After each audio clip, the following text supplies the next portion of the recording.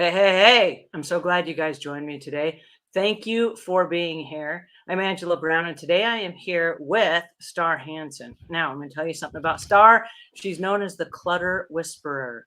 And we're going to talk about clutter today, but today we have a really interesting topic for you. And the reason we're bringing it to you is because in 2023, Star came on our show and she blew you guys away. You guys were watching her as one of our most watched YouTube videos of last year. And I am super excited to have her back again at the top of this year so that we can unclutter some really important stuff. And it's a topic we've never talked about before. What? A topic we've never talked about before. It's true. It's called indications. And what are indications? Well, the indications are right now in 2023, my husband lost his father. And the indications are that in the next few years, his mother will also decline in health and will need extra care. So that is an indication. The indication is I'm not getting any younger every day. I will get older. So that is an indication. But as my life gets busier, the indication is that I'm going to have more responsibilities caring for elder parents. And then also there's an indication of my business. So in my business, since the pandemic, we've gone global. We're in 37 countries and 191 languages. And so we have been super busy, and coming on the horizon, my speaking engagements have picked up and I'm traveling a whole lot more than I once was. So the indication is I'm not going to have time to clean and declutter like I once did. Now, as I'm talking to Star right before we begin, her speaking engagements are picking up. And as she travels around the world, there's an indication that her schedule is going to be even busier than it is today. Okay, those are indications. So I want you guys to take a look at your personal lives and say, what are the indications in my life?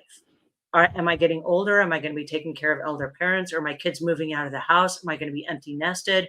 Are we going to need to move this year because of job situations? Like, what are the indications? Because we don't have to wait until life smacks us upside the head and then we go, whoa, I'm going to have to like declutter and move, right? I know that in 2024, my husband and I are going to move, and we've decided to move for this reason. The indications suggest that I'm not going to be able to stay at home and manage and take care of a 6,000 square foot house. And I've loved living here and I've really enjoyed it, but we're going to downsize. We're going to get something about half the size so that I can then focus on my business and my traveling and elder parents and the things that are indicating that they're on the horizon. Okay. So as I'm going through those things, I brought Star back to help me. Okay. So this is like a free session here with Star, and we're going to tag team this. So my specialty is in cleaning and her specialty is in cluttering and organizing. And so as we talk about the nuances of moving, and that's today kind of the specific topic that we're going to talk about today. I've written a book called The Ultimate Guide to Move In, Move Out Cleaning. And Star has written a book. Star, hold up your book there. It's called Why in the Fiddlesticks Am I Still Not Organized? And I think that's what the F stands for. It does. Fiddlesticks 100%. There you go. So we're going to talk about different rooms of a house, and I want you to jump in here in the comments, and I want you to ask questions. And if they are pertaining to today's topic, we will answer them here. We already have a couple of lovely questions that have come in about house cleaning and charging different prices for your cleaning business and types of vacuums to use and that kind of thing. That's part of the Savvy Cleaner stuff, and I will answer those in the questions after this is over. But today we're going to talk about indications and then how do we manage those from a decluttering, organizing, and then cleaning standpoint. Is that fair? Awesome. Yes. Okay, cool. So before I say hi to Star, because I see you, Star, but I want to say hi to all of you guys that have jumped in and are joining us today. So I want to say hello. Tanash says, how are you? I wanted to ask what is the best vacuum cleaner. I will get to that in the comments. Adelia says, I would love to learn charging rate for house cleaning. We will talk about that as well. Prudence says, great to see you both. It's been a difficult day. I don't know what that means, but I really hope that your day gets better. I'm here joining you with pneumonia. And so from me to you, I hope that you don't have what I have because it's nasty. And I'm hoping you don't catch it through the waves. Kadia says hello from Texas. So hello, it's good to see you. Adelia says, yes, it's been hard when you see so much clutter. And what can you do if they're not paying you to declutter? Yes, it is okay, $50 per hour based on where you are. And so I don't know where you are, but that's a good starting rate for cleaning. Tammy says, Tanya Vassell Lopez, hi. So hi, Tammy, good to see you. Daisy Sweetest says, hello, can you recommend a spin scrubber for the shower bathtub? And it goes on to say the one that I reviewed on Amazon is 4 years old. So yes, I will answer that in the comments below. There are lots of good spin scrubbers on the market, though. I love them. And then Maggie says companion hooks. Yes. And Maggie says Sedalia cleaner organizer is necessary. Okay, awesome. So yes, you guys, I'm so glad that you have jumped in and you're joining us today. Again, please ask your questions so that we can get them answered. But I want to start out by talking about and I want to talk about the organizing and the moving, but I want to jump in real quick and say hi to Star and have Star introduce herself real quick and then tell us how she wrote this amazing book. So Star, you're on. It's so great to be back here with all of you. Thank you so much, Angela, for having me. And hello to everybody again. It's so great to connect. I am a certified professional organizer and clutter whisperer. And my job is to go into your home and help you figure out why the frickety frack, the clutter won't go away. So when I started my business, I was a generalist, just like a lot of you might be in your, in your profession. And I organized everything. And I learned really quickly that the reason why most people are disorganized has nothing to do with boxes and labels and bins or even not knowing how to organize. That's a pretty simple process to learn. As Angela teaches you all how to clean, it's, pretty simple to learn, but there's something deeper going on. And so I help people look at the different rooms of their home and the contents of their clutter and figure out why clutter won't go away. And I'm so excited about our conversation today because we get to delve into those different rooms in preparation. And I feel like there's nothing like a move to make you need to get organized because you don't want to waste money and time moving stuff you want to get rid of and makes the move less expensive and all of that. But it puts this intense pressure on us when we move and it creates this internal chaos that can be really overwhelming. So I'm really excited to chat with you about this today, Angela. Well, thank you. And I agree with you 100%. There's a lot of unnecessary stress when suddenly you're like, oh, we got to move and it's got to be fast.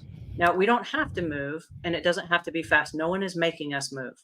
And we did not buy a new house yet and we did not sell our old house. Okay. So the pressure, I removed the pressure, but I said it will happen in 2024. I promise you that.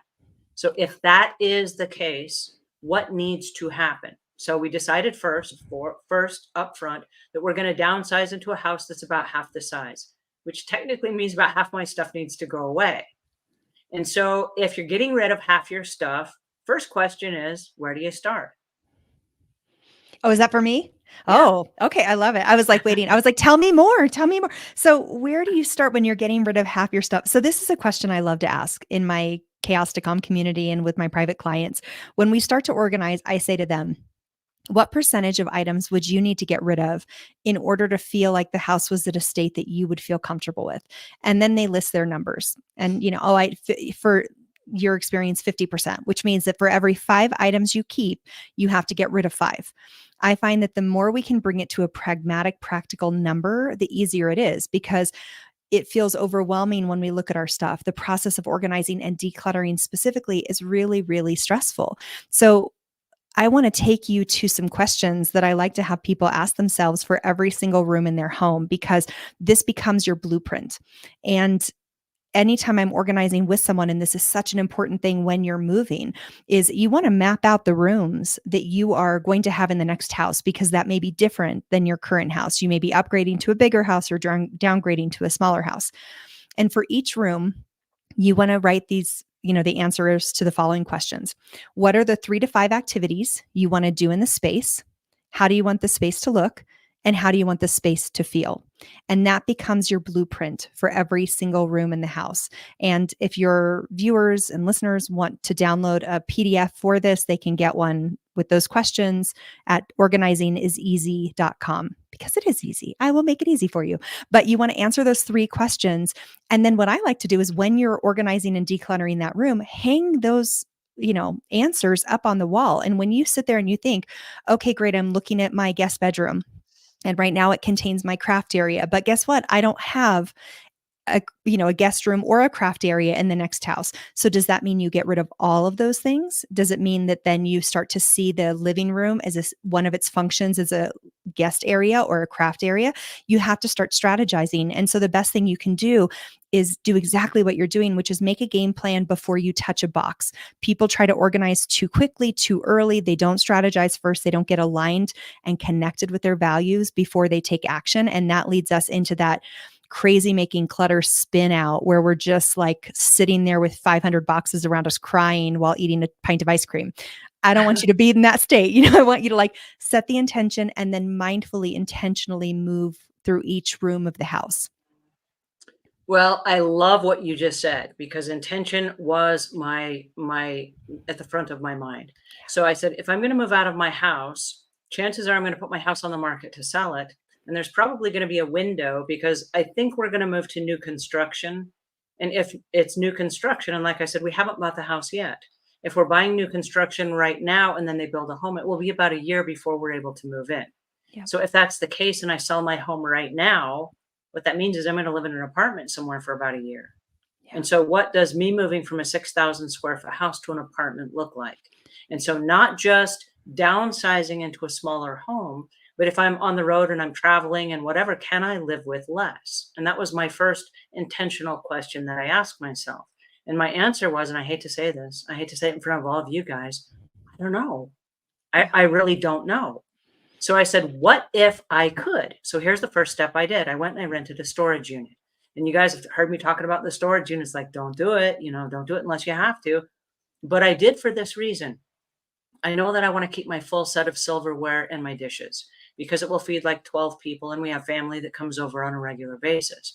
But are they going to come over between now and the time I sell my house, which I'm thinking is going to be in the next few weeks? No. If we have to meet somewhere, we'll meet at a restaurant. So I went through like my silverware drawer and I took out all but 4 of my spoons, 4 of my forks, 4 of my knives, 4 of all of my sets of dishes. And then I put everything else in the storage unit. And so what I did was like, whoa, my cupboards are starting to look skinny. And I kind of started to panic because my comfort zone is having cupboards full of stuff, right? That is my comfort zone. And in my home, I have a place for everything and everything is in its place. So it's not like it was like taking over my home. It was literally like I opened my cupboards and my cupboards are now bare. And I was like, whoa, and kind of like, what happens next? So tell me, when you start to declutter and you start to go through that process and you have those little like, whoa moments, how do you deal with that and then make that your new norm? So there are so many things that our physical stuff does for us.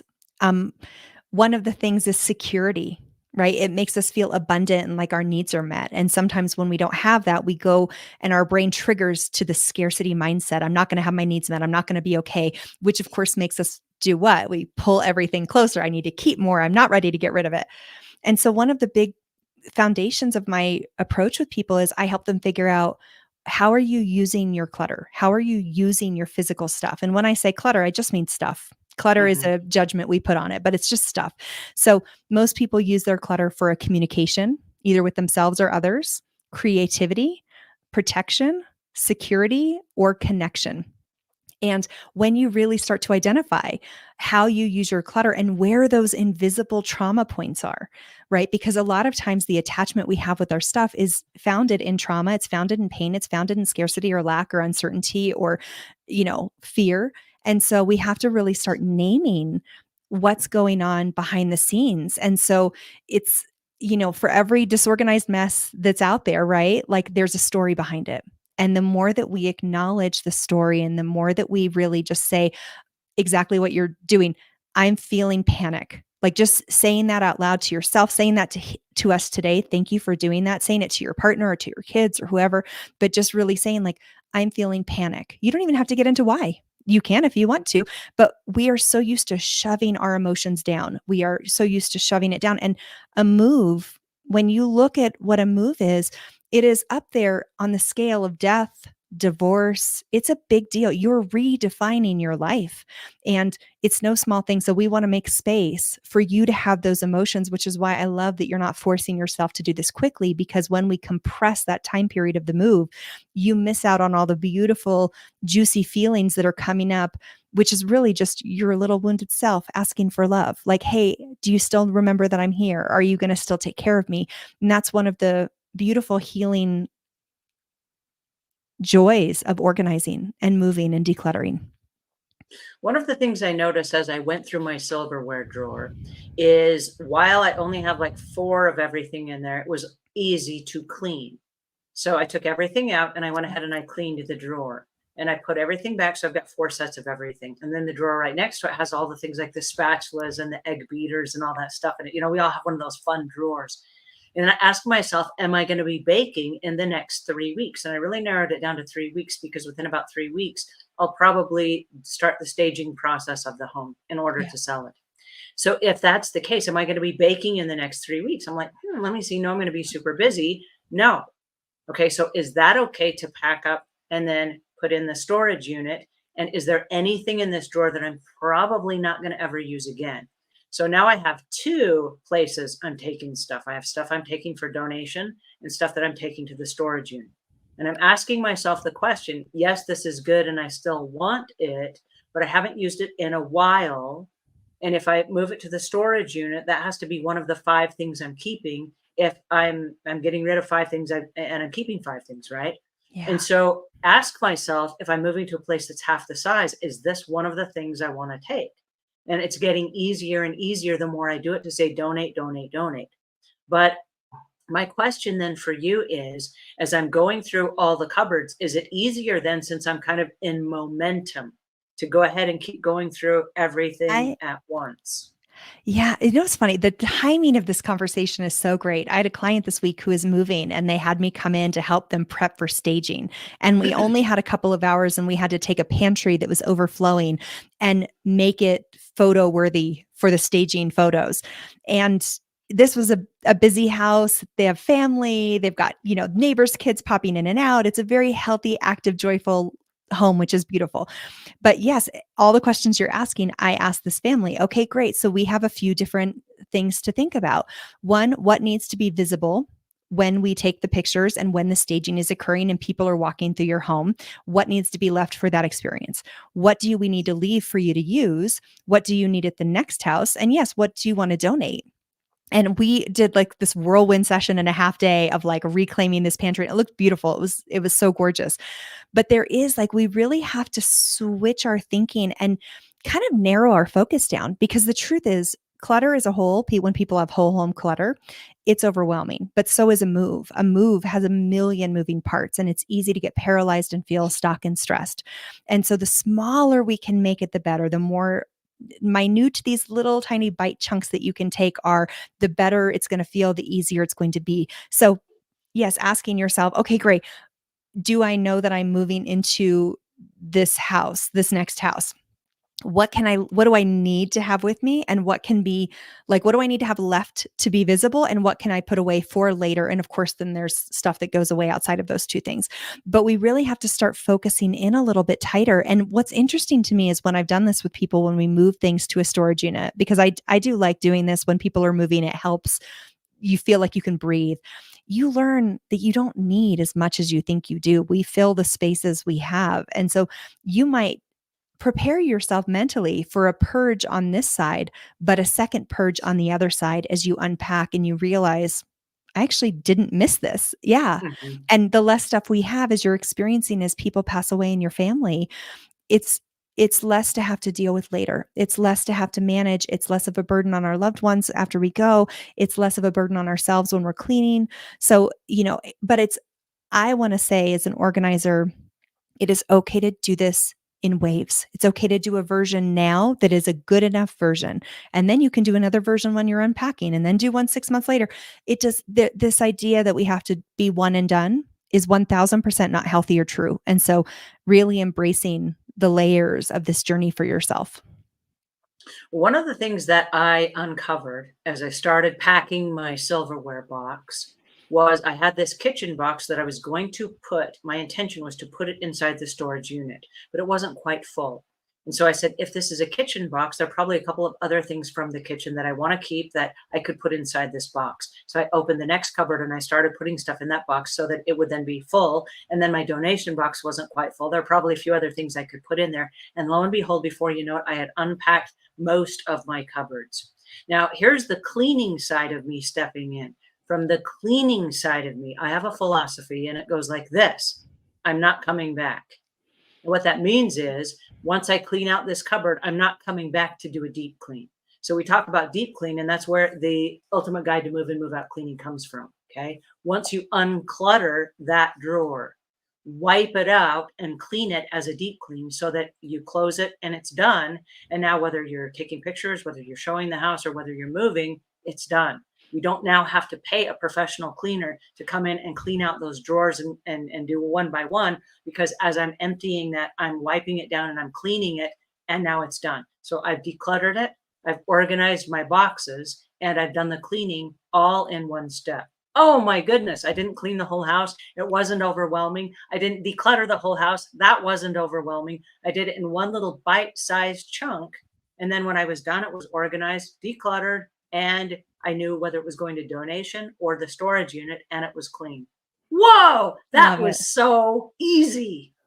Love it. Yes, it's like so when I talk about my 10 steps for getting and staying organized, which are in my little book too. So one of the most important steps is cleaning. Like, people don't think that cleaning is a part of organizing. They think of it as secondary. It's not. It's the exact same process. So when you're organizing, you're pulling things out, you're making sense, you're categorizing, you're tracking things, and then you clean the space that they came out of, right? You clean that space, or you do renovations if you're going to do renovations, whatever you're going to do. And then you put things back in. That's when you set up your systems. And then you beautify it. Like, how do you make it beautiful and feel like it's an expression of you? And then you celebrate that you just did something amazing. And we really want to integrate that into the process. Like, for sure, it's not like I'm going to organize and then I clean. It's I'm going to clean as I organize, because everything is already out. Why would I put everything back in fresh and pretty into a dirty space? I would actually clean it and then put things back in. And what I love about what you're sharing, Angela, and I think it's going to match up with a lot of the comments that I'm seeing, is we have this feeling with clutter that we are behind, that there is so much to do. And if I say go slow, you're going to have a panic attack, because it's like, no, you have no idea, Star, everything that I need to get done. I am 5 years behind my whole house. I have a deadline. I have a practical deadline, an emotional deadline. But the How truth, did you know? it's what I do, my friend. It's what I do. But it's like, and that panic leads to paralyzation. That panic leads to freezing and overwhelm. And our brain goes offline when we're in that place. And how do you get your brain online? You do something so small. You do one drawer. You look for one thing that does not feel overwhelming, one counter to do, one tiny thing that you can make a difference on, because what we're trying to do is get your brain back online. We're trying to make sure that you are out of the freeze state and in motion. And I don't care if you're just wiping down a counter. I don't care if you take lipstick, color all over your mirror, and then clean it, if that gives you the dopamine hit that will move you forward. I want a small bite-sized chunk, because I've never seen anyone, I will say things like, oh, turn on a song and dance and organize for the song. I've rarely seen people just organize for the song and then stop. Normally it gets you out of the freeze and moves you in. So I love that insight and that awareness that you're sharing, because we need to do it smaller. And one of the things, like with my community, we organize a different room every month. And we do that because most of you think you need to have your whole home organized this weekend. And that just puts you in such a state of panic and paralyzation and fear. I want you to know organizing is part of your life. Like, cleaning is part of your life. This is just, as long as we have stuff, we're going to have to manage and maintain it. So how do we do it gently, with more love, with more kindness, with more peace? Because we don't want to live our life when we're done. We want to live our lives while we're doing it, because it will never be done. Well, when you talk about doing it with love, I ran into a brick wall when it came to my husband's closet. Oh, don't touch his clothes. Okay, so he has a lot of clothes, and he has a lot of different things he does in his lifestyle. He's got dress clothes that go to the dry cleaners. Excuse me. And he has athletic clothes that he wears when he's at the gym. And then he has workout in the yard clothes. And then he has kick around the house clothes. And he's got pajamas. Then if he goes out to dinner with friends, he's got like social dress up clothes. And he's got all these clothes. And he's got like 10 times more clothes than I do. And well, that doesn't say much because I always wear the same thing. But hey, he's got like 10 times more clothes than I do. So to go into his closet and say, hey, I'm going to downsize your closet, we know that it's okay to downsize our own stuff, but we don't really want to downsize other people in the family without their permission.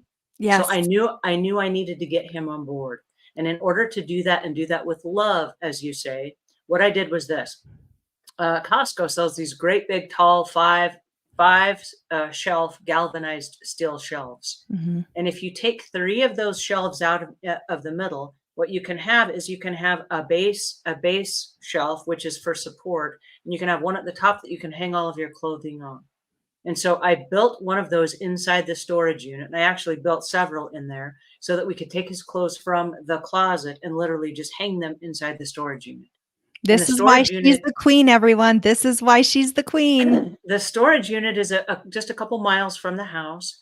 And so what I did was I gave him a key first. And I said, I would like you to go with me to the storage unit and help me unload the stuff that I have. Take a look and see if this is a place you would feel comfortable putting your clothes. Because I have quarantined Sunday as the day that we're going to go through your clothes, and we're going to move from your closet over to the storage unit. And I was hoping that you would only pick 5 or 6 of each of those versions of clothing that you'd like to keep between now and the time that we move. And he said, well, I just don't know if I can do that. And I mean, we're talking literally thousands of items of clothing. Yeah. And he gets to the storage unit and he said, whoa, this is the cleanest storage unit I've ever seen. And I said, awesome. Would you feel comfortable having your clothing here? He's like, yeah, I would. So he goes right home and he starts picking out big bunches of clothing. And I said, in order to protect these, let's put them in, sweaters together and t-shirts together and polos together and whatever. And we'll just put a big garbage bag over the top of them so that they don't get dusty, and we'll cart them over and then we'll hang them up. So by the end of the day, he had all of his clothes moved over into the storage unit, and he was so pleased with himself. Like, look what I did. Okay. He participated in the project, but in doing it with love, I had to ease him into it, not just yanking his clothes out of the closet, but I had to take him over there first, physically give him a key. This is how we open the thing. This is where all of your shelves, your new shelves are. And at any time, this is on your way home from work. If you need clothes, you swing by, you pick them up. They're right here in the storage unit, and here you go. And by the end of the evening, not only had he agreed to it, but he had helped me unload his entire closet, and it looks beautiful. I mean, it looks beautiful right now. If you were to walk in for a walkthrough, you were going to buy the home or something, you'd go, wow, that is an amazing closet. Yeah. And it has never looked amazing ever until today. Yeah. I love that you did that with so much love. And, when we look at our closets, they are often the center of our identity, meaning how we reveal ourselves to the world. It's also our armor. So if you look at men, like I see people in the chat saying too, yeah, my husband too. If you think of men going to battle, clothes are their armor, right? So we're looking at the symbolism of these spaces, of these items. And if you come into someone's home and you just say, here's what we're going to do. If you had approached that without love and just an agenda, you might have had major pushback, major like, no, I'm keeping my stuff. I need all of this. But what you did is you saw him. You said, I see that this is an important topic for you, and I want to honor that. I've created a strategy that may work. And if it works, great. And if not, we're going to figure something else out. I'm flexible and willing to work with you on this because I see it's a high priority to you. You showed him you respected him. You showed him that you admired him and that you're willing to take into blend your agendas, basically. That's, there's this idea in relationships, like there is a lot of compromise, but to me, compromise is not, I'm sacrificing for you. Compromise is we're building together. Mm-hmm. And so we're coming together. And what you're describing here, Angela, just in general, decluttering in general, it's the same thing with our kids. How many people go in and just toss their kids' stuff when they're at school and just be like, well, they're too young to know. Like, not always. Often they're very in tune with what they have and what you got rid of. And so this is, we really want to operate from a space of receptivity, kindness, curiosity. And unfortunately, again, this is kind of like one of the themes. It means going slower. It means that it's not about the agenda and completion all the time. It's often about how do you enrich the relationships in your lives and enrich your skill set through the process of moving, through the process of organizing. I think it was Marianne Williamson said in her book, Return to Love, that, we can only evolve so much on our own. And then we bring in the people in our lives. And that's where, I live alone. Look, I have been a digital nomad. I live alone. I'm like easy peasy, lemon squeezy. The minute I get into a relationship, everything becomes exponentially more challenging because now I'm having to negotiate and navigate with another human in the most respectful, loving ways possible. So when you're in a relationship, it does take you to the next level in the absolute best possible ways.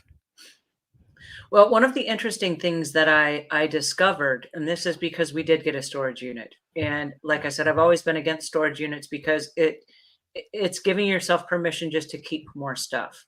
And if you are in a transition period between one lifestyle to another, it's okay as long as you're aware that this is temporary and we're just not going to house stuff here for the next 20 years because we're too lazy to go through it or something. Well, and I have to say So too, I'm a big pro. I'm like the opposite of you, where yes, I'm not for like having storage units that you forget about and then they just, but I, as someone who's been a digital nomad and I often rent, furnished houses, I'm a traveling lady.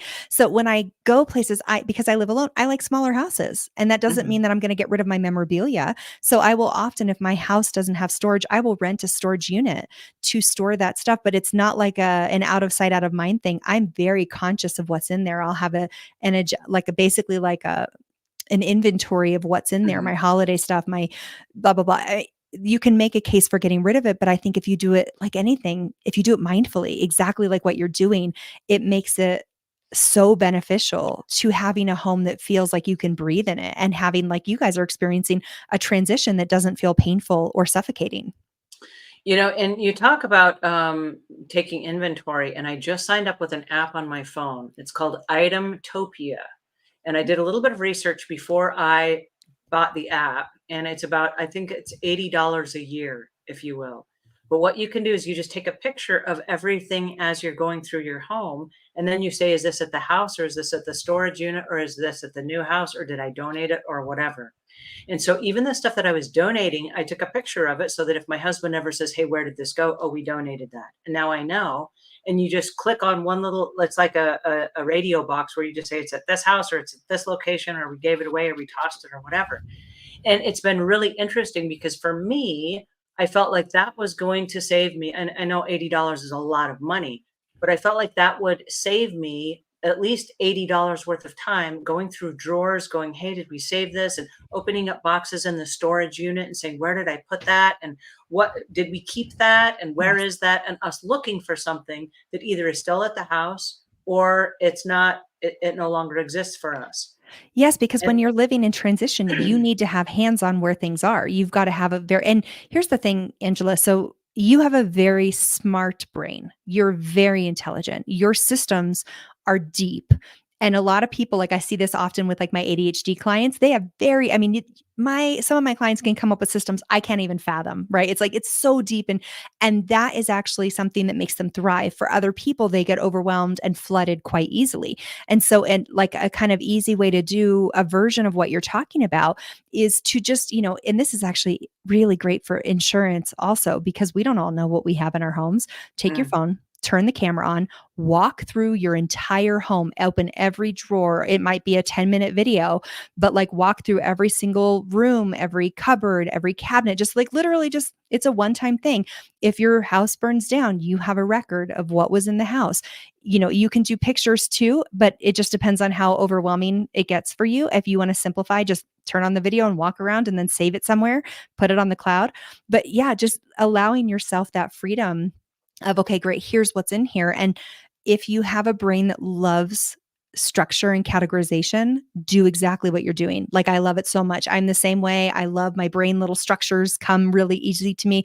If you're watching or listening and it doesn't, that's okay. Like all you can have a box ready to pack, take a picture of it, or just write it on all four sides, like kitchen, blender, da da da da da. Or I'll have people where we'll sit there with a laptop and we'll number the boxes, box number 1, and then we'll type out an inventory of what's in there. There's so many ways to keep a handle on what you're moving and where it is without having it to be a giant project, but you want to find what works for you, exactly like what you're talking about.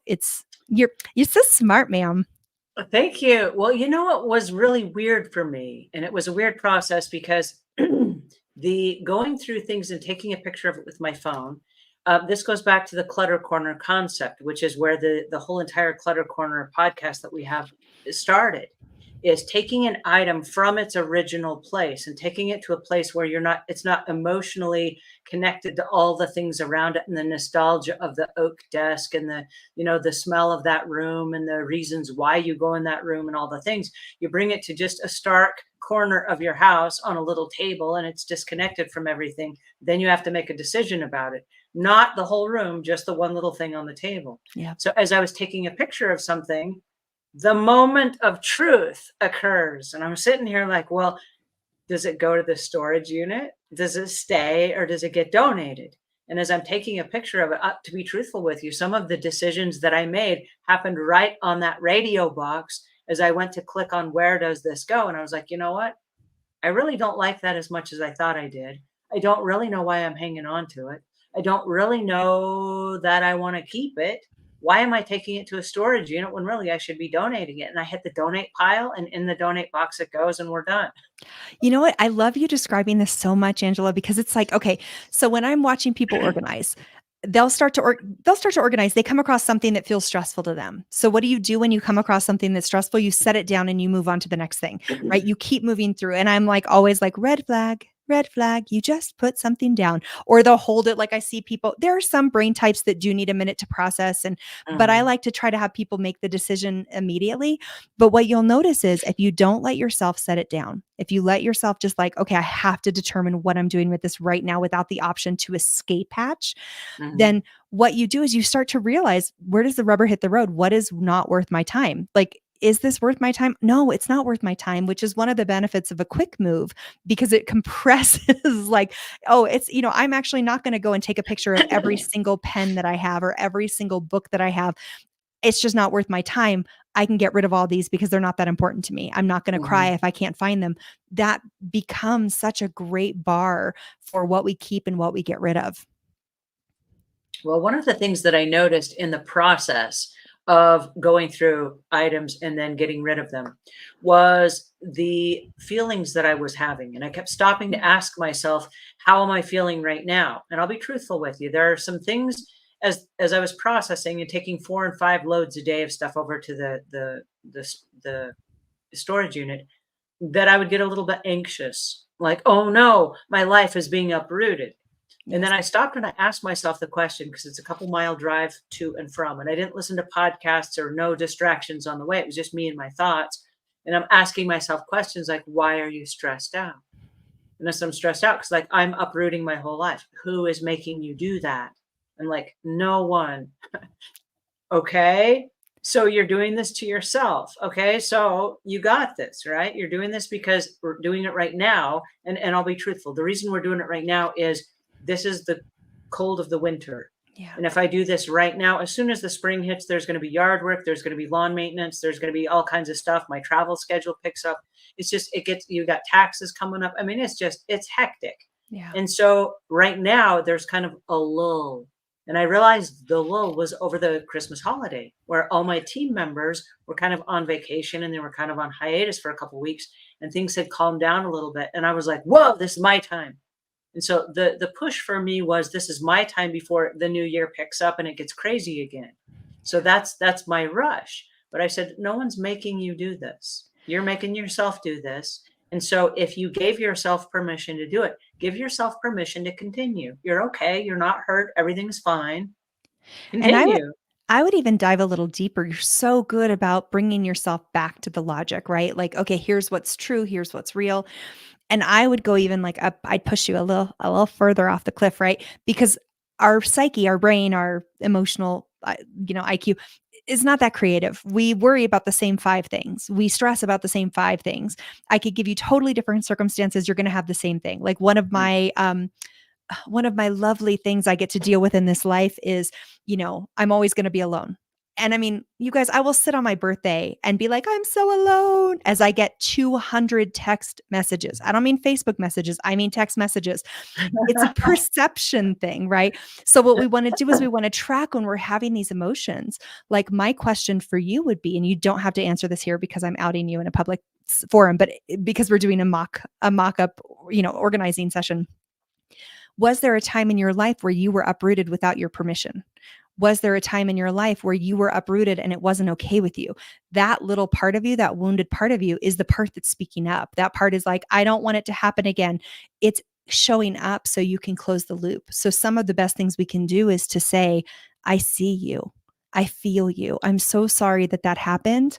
That's not what's happening this time. I love you. And just sit with that feeling and just feel it for even 30 seconds. Yeah, so that's a great question. And the answer is no. I was uprooted without my permission as a kid. But I mean, as a kid, your parents move and you move with them and whatever. And I was never without love or without care or a roof over my head or any of those things. No, So but it could still feel uncomfortable, right? From your childhood self. It could there's still. no trauma for me Okay, good. whatsoever. But the trauma for me is I'm not just uprooting myself, I'm uprooting my husband as well.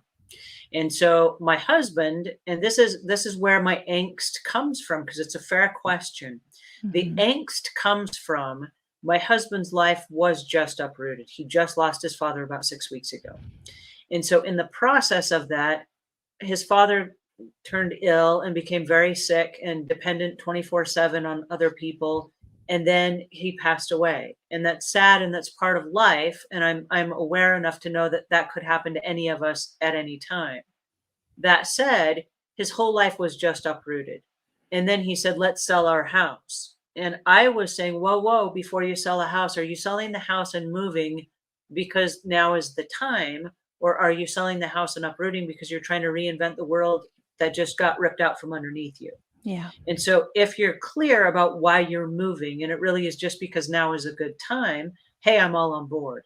But if you're not sure of why you're moving and you're just looking for something that looks like a fix, I think there are deeper rooted issues that need to be resolved. Yeah. That's where I'm coming from. So I don't want to just uproot us and say, yes, we're moving, ta-da, and then have it be something that actually the move doesn't resolve. Does that Yeah. make sense? Yeah, so it sounds like the anxiety is coming more from, like, the concern of if it's the right move for everybody, making sure that everyone is taken care of, you kinda being the nurturer in this case. Yes, and in the process of doing it, how do I honor what he's going through? Because he's not just going through a move, which you said is very stressful, but he's also going through the grieving process. And so I want to be sensitive to that, but at the same time, managing the lull of the end of the year that we have, and then managing the process of, I mean, we're going to be moving, no lie, from a 6,000 square foot house into an apartment for a few months while the home that we think we're going to buy is being built. And so if that's the case, we're not talking about a little change, we're talking about radical changes.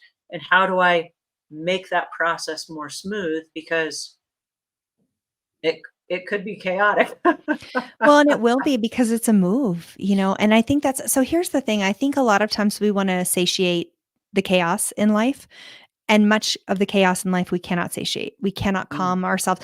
You can't undead his father.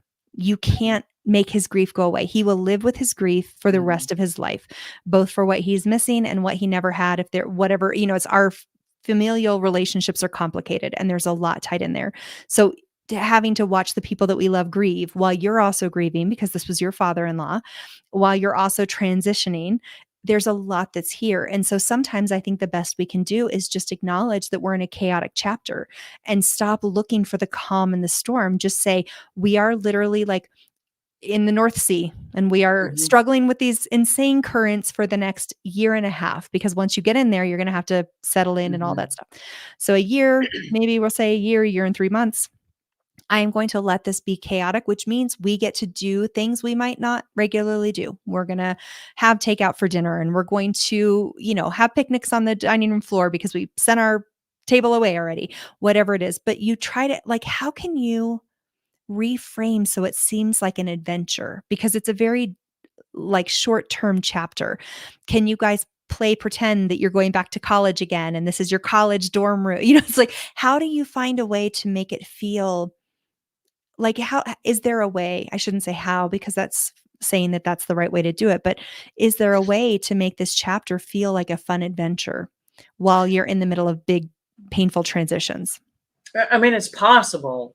I wasn't looking at it as, can I make this fun? Which I probably should. I mean, um, it's an option. I mean, it's yes, because we can the the pain when I've lost very significant people in my life, you don't get rid of that pain. It doesn't shake off easily, but you still live your life. And our loved ones right. on the other side would want us to have a good time, would want us to be like, okay, great. Like, how do we make the best of this thing that society will tell us is horrific? And how do we do it with love, with connection, with kindness, with joy? Have you ever watched those news reports? And I laugh at them because to me they're comical, but there's a storm coming or a hurricane or something, and you see these news reporters and they're standing out there in the wind and the rain. You're like, why is this crazy dude out in the wind and the rain? And their coat is like blowing in the wind and their hat is almost blowing off. And they're like, whoa, let me tell you that the weather's coming. And you're like, I know, we can see it. And the tree's like almost ready to knock them on the head, you know? And they're saying, block up your homes and sandbag and brace the windows and everything. There's a huge storm coming. And in your mind, you're yelling for the reporter, get out of the Get out way. of the You know, storm. Yeah. the storm is coming. But what they're telling us is there's something bigger than your control. Brace for impact. That's basically their message. Yeah. And so in this particular scenario, I say to myself, this is bigger than us and brace for impact. It's not impossible. Yes, we can board up the windows, we can add sandbags, we can evacuate, whatever it is. But in the metaphorical sense, we can weather this storm. Yeah. But there is a storm. I don't want to negate the fact there is a storm. There is a storm Yes. coming, and if we prepare for it, here it comes. And I find that not so much is this fun for us, but one of the things I found myself saying multiple times a day, just in the last couple of weeks, is when my husband has some angst, because there is angst. Like, why are we cleaning out all the kitchen cupboards now? We're not moving yet, would be an example of what he might say. To acknowledge how he's feeling and say, I agree with you. Right now, today may not be the day to empty the cupboards. Yeah. And at the same time, and I'm adding that disclaimer, and at the same time, while I was emptying some of it, my box was empty and I thought I'd fill the rest of the box full so that I'm not storing half empty boxes. Yeah. I'm packing the boxes with things that we haven't used in a while and probably won't use again for a while. And I'm okay if we don't use it for a year. Yeah. And so from now until the time we move in, are you okay if it goes in the storage unit? Yeah. Yeah, I guess I am. Okay, great. And so by starting that conversation with, I agree with you, this is not convenient. I agree with you, this is not the best time. I agree with you, this is weird to have a whole bunch of empty cupboards in a house we're still living in. I agree with you, that's weird. And then going ahead and saying the next thing. And I find that by the time that I've agreed with him, he kind of takes a breath and then he listens. He's like, yeah, that's kind of logical. Okay, that makes sense. Yeah. Yeah. It's so important to be in communication, especially when we're in transition and he's in double transition. You're both are in double transition, a grief and a move. Our nervous system gets so dysregulated and we can't always know that that's what's happening or track that, we might be a little bit haywire at the moment. And so just like you're saying, going slow, being kind, being curious, maybe even giving a heads up and just saying, hey, I'm thinking about boxing some stuff up today. Would that feel okay to you? Or does that feel like maybe too much? Because we want to give our loved ones, because it is like when you're grieving one of your, one of those big, big losses. Cause like we can lose a third tier friend and be very sad and keep on living our life. When you Mhm. lose a spouse, a child, a sibling, a parent, that's the next level. Change your life, change your mindset, change your world. Like everything inside of him is reconfiguring. So he may be having a day where he's not capable of that. So just saying, Mhm. hey, I'm willing to work on this a different day if it doesn't feel good to you, and I love your communication. And I think so many marriages and relationships in general would benefit from a level of communication that you're describing, and also curiosity, because again, you're not pushing your agenda. You have a version in your mind of how this can go to support your family in the highest and best way while being flexible and willing to communicate about it, which is really a beautiful thing to do. Well, thank you. Um, it is an interesting exercise, and I'm really glad that I'm doing it this year Yeah. because in the process of doing it, I've made an awareness to myself and I've made a commitment to myself in 2024. This is the year I live with less. And that is my theme or my goal for 2024. And Yeah. so if that is true, and I'm starting the year out by putting some of the things in the storage unit that I don't use, it again disconnects it from the home or the attachment areas of my home. And like you said, get rid of stuff now, and then you might get rid of it again in the storage unit. As my husband came to the storage unit the other day, and he's helped me make a few trips now. But I walked him through the storage unit. I said, "This is where we keep this. This is where we keep this. This is where And at the front of the storage unit, there's a garbage bag with any garbage, drinks from the car or whatever that we're throwing away as we arrive, or things that we're done with that are in the storage unit. And then there's a little broom and a dustpan, and I showed him how to clean out the storage unit after every time we leave. And so the other day, without saying anything, I'm getting in the car and he starts like sweeping it out. And I was like, oh, he's caught on. This is awesome. He's got the hang of it. Yeah. But in the process of him just getting comfortable now in the storage unit, like, hey, this is what we're doing, he's also found some things that I moved. And I moved some of his like musical instruments from high school that he's never used since. And I promise he's never going to use again. Yeah. But I moved them over there and I said, some of the things that I moved from this one closet that we have that you weren't using, I moved them over there. So here's where we keep them. And he's like, why are these here? I don't want to save these and I don't want these to go to the new house. And so already he's now uncluttering and he's already making those decisions from the storage unit now. And there's a Goodwill right around the corner from our storage unit. So Mm-hmm. on the way home, we just put them back inside the car and now to the Goodwill. Yeah. So that he's now deciding, because it's detached from the home, from everything, and it's in this weird place that he's not really connected to yet, unpacking stuff already, going, I'm so done with this. Yeah. Yay. So good. I love that, like, storage unit next to, donation center, dream team lineup there. I It's know. It's awesome. it is. It's so funny. So when I go to a lot of homes to organize with people, one of the people in the family will ask for me to come. Maybe it's the wife, for example. And then oftentimes, there's a feeling of like, well, it's my clutter, I have to handle it, or it's his clutter and he has to handle, like, whatever it is. But it's an interesting thing. Every single person in every single home I've ever worked in has wanted that presence and attention when it comes to their stuff. I mean, I'll show up the first day and the husband might come up to me and say, I'm not scared of you. We're not getting rid of stuff. And I'm like, fair enough. We don't have to get rid of anything. You don't need to be scared of me. I'm not sparkly, scary girl.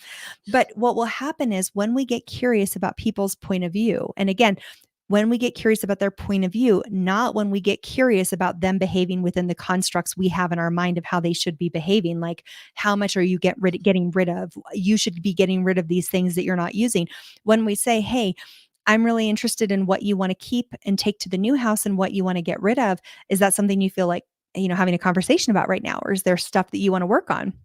That opens it up. It opens the conversation up, because the truth is most people are so defensive when it comes to their clutter or their physical possessions, because normally they've been told by several people that they should get rid of stuff, that they're not using it, that they don't need it. The TV shows tell us that, the books tell us that, right? Oh, get rid of anything you don't need, be a minimalist. But very few people are genuinely curious, like, what's important for you to keep? So if he wanted to keep a guitar because it has like the most amazing memory to him, great. Can we hang it up? Can we make it more visible to you? Can we make it a part of your daily life? And if not, do you want to get rid of it? Like, it's just, if we can, I feel like the theme of today has become love. It's been, how do we love the people around us through our own behavior with our stuff, through supporting them with their stuff, like just like you're describing, because most people want to be on this path. They want to only have things around them that feel good. I don't care if someone is living in a home with so much clutter that there are only goat trails.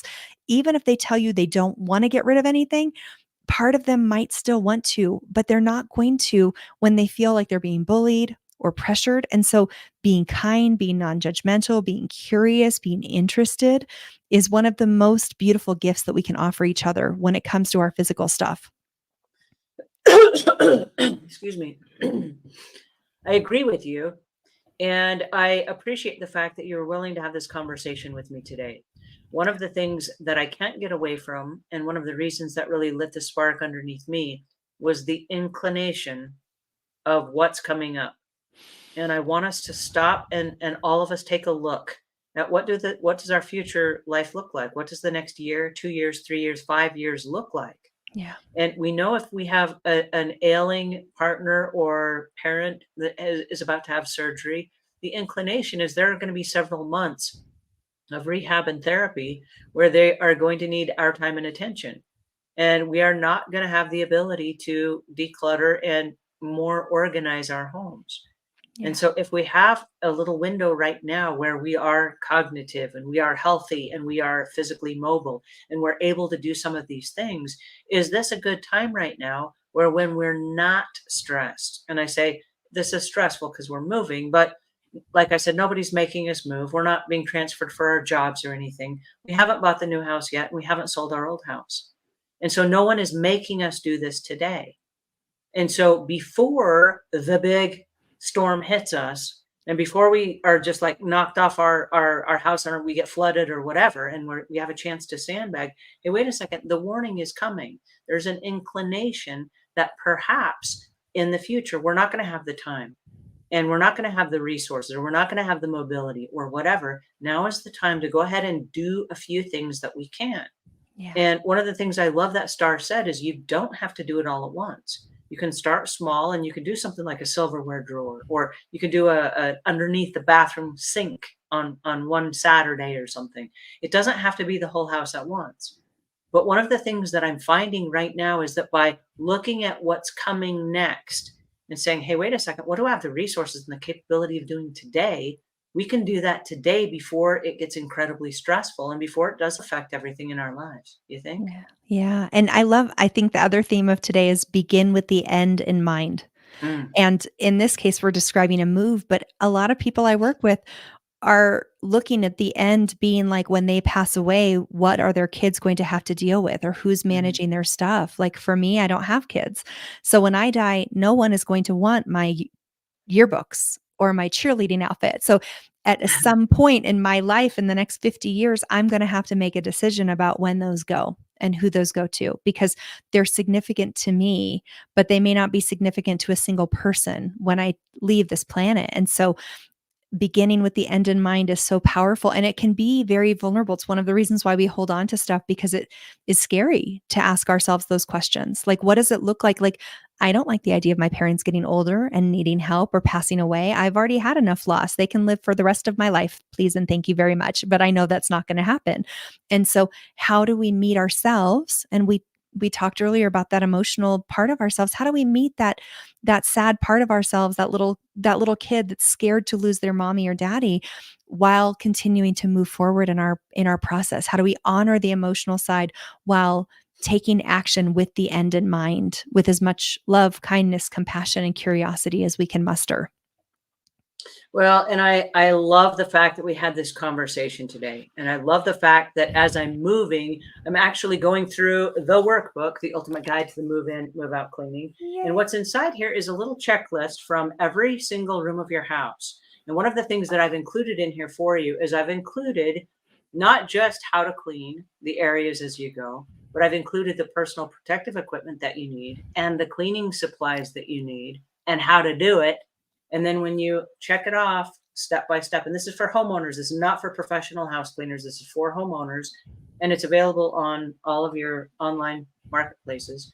But one of the things is you do not have to hire then a professional house cleaning company if you do it as you go. Now, Star, you have to tell us about your book because Yes. this is the decluttering and the organizing that's going to help you before you do that clean. So, Yes, big Star, time. So this is my baby. So why the F am I still not organized? And what so people can get it for sure. You guys can get it for free if you want to download a copy of it. It's starhansen.com/podcast. I will give you a free copy for you to grab there. And this will tell you the 10 steps for how to get organized. It'll talk about the emotional things that are keeping the clutter stuck. It'll tell you what each room in your home symbolizes, and then how you can work with that energy to create a more powerful and empowered life for yourself. So it's available on Amazon and Audible and all the main places, but you can also get it at starhansen.com/podcast. There is a reason. There's a reason they call Star the Clutter Whisperer. I just love the fact that you guys loved her as much as I did the first time she came. I love the fact that she's opening our 2024 with her wisdom. And Star, I really appreciate you joining us today, because as we look into the future and we see that decluttering is not such a scary thing and that it is within our reach, I just really applaud the fact that you were willing to come share your wisdom with us and join us here today. So thank you very much. And thank you, all of you guys, for showing up here. We've got Rachel Rose from England. I'm so glad that you joined us today. We've got Ario here. Thank you, from Nigeria. We've got Lynn. We've got Carrie. Carrie, thank you for your kind words. We've got Bean Counter. We've got Lynn. We've got Ray. We've got Dee Dee. We've got all you guys. Thank you guys so much. You guys have made my holiday. And thank you so much, Star, for joining us once again.